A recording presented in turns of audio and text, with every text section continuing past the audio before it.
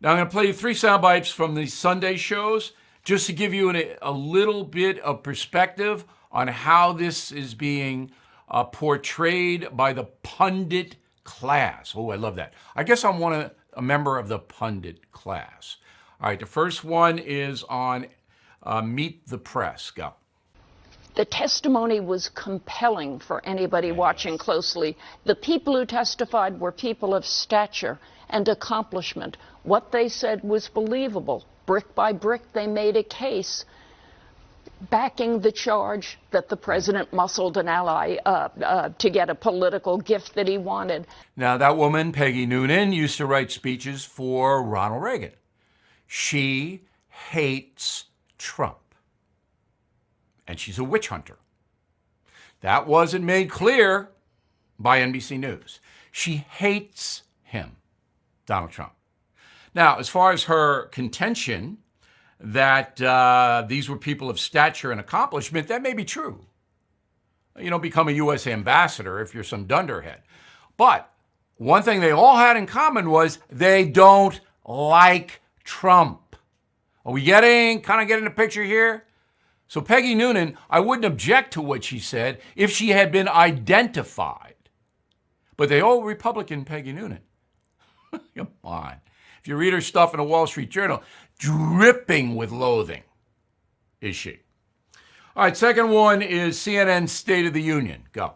I have no idea whether it affected her testimony. If she says she found it intimidating, is it not possible that she held back or shaded her answers because she didn't want to upset the most powerful person in the universe any further? Is that not possible? Well, I think you overstate Donald Trump's powers, hopefully. And how absurd is this? She's talking about the ambassador, the former ambassador who Trump fired, who hates Trump.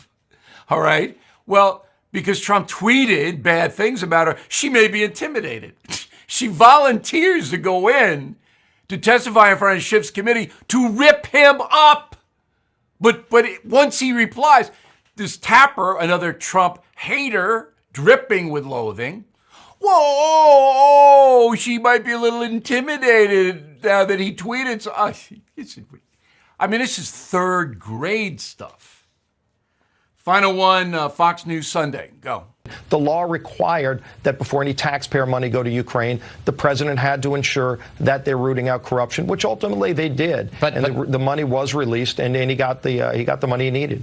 Now, that's Congressman Scalise, a Republican. That is the strongest argument that Donald Trump did not do anything wrong. Right there, 12 seconds.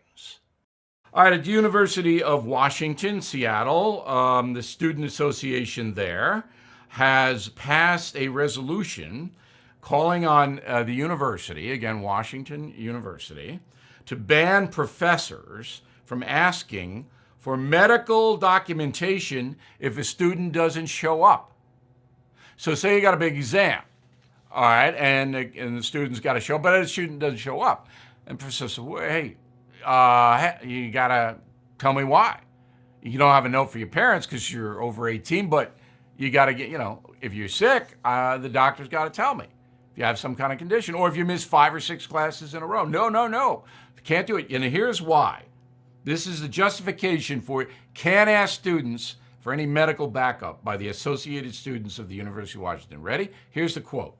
Requiring students to procure and submit medical excuse notes significantly disadvantages students from marginalized communities who are less likely to be adequately insured.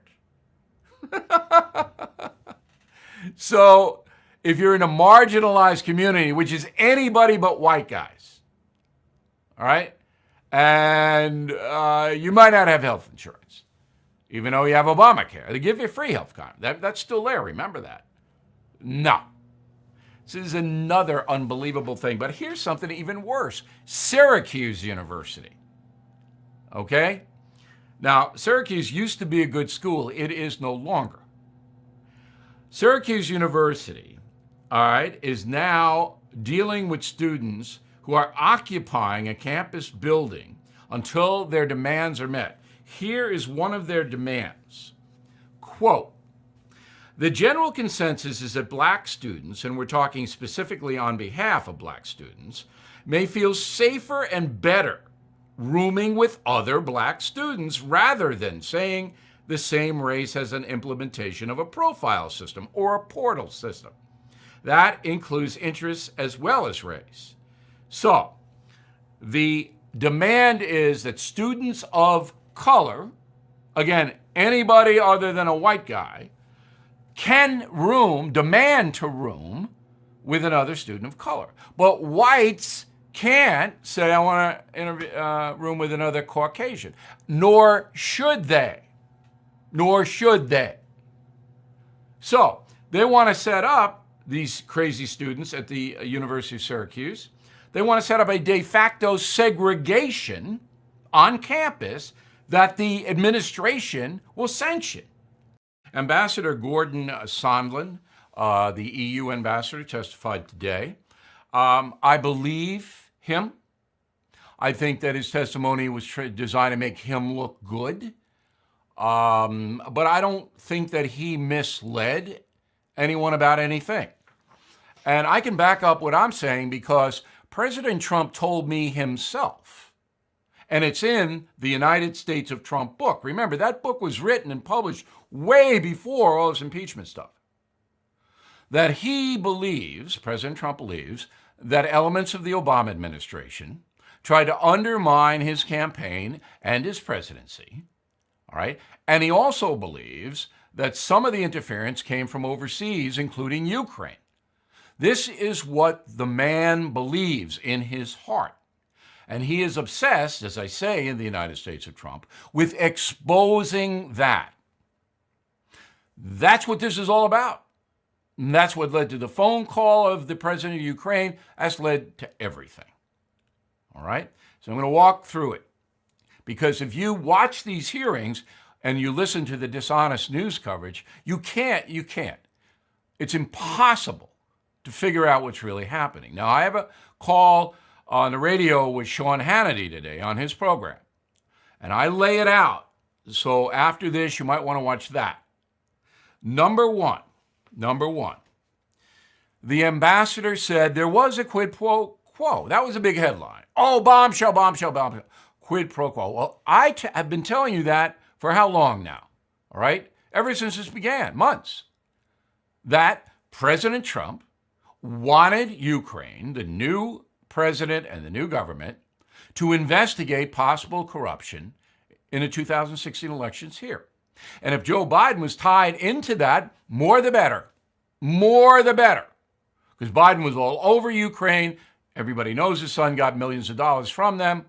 So that's what he wanted. And that's in the phone call. Do us a favor. I heard that this Joe Biden, this is something everybody's talking about. It's there. There's no doubt that happened. Okay, now we'll go to Harris and Gabbard. Roll it.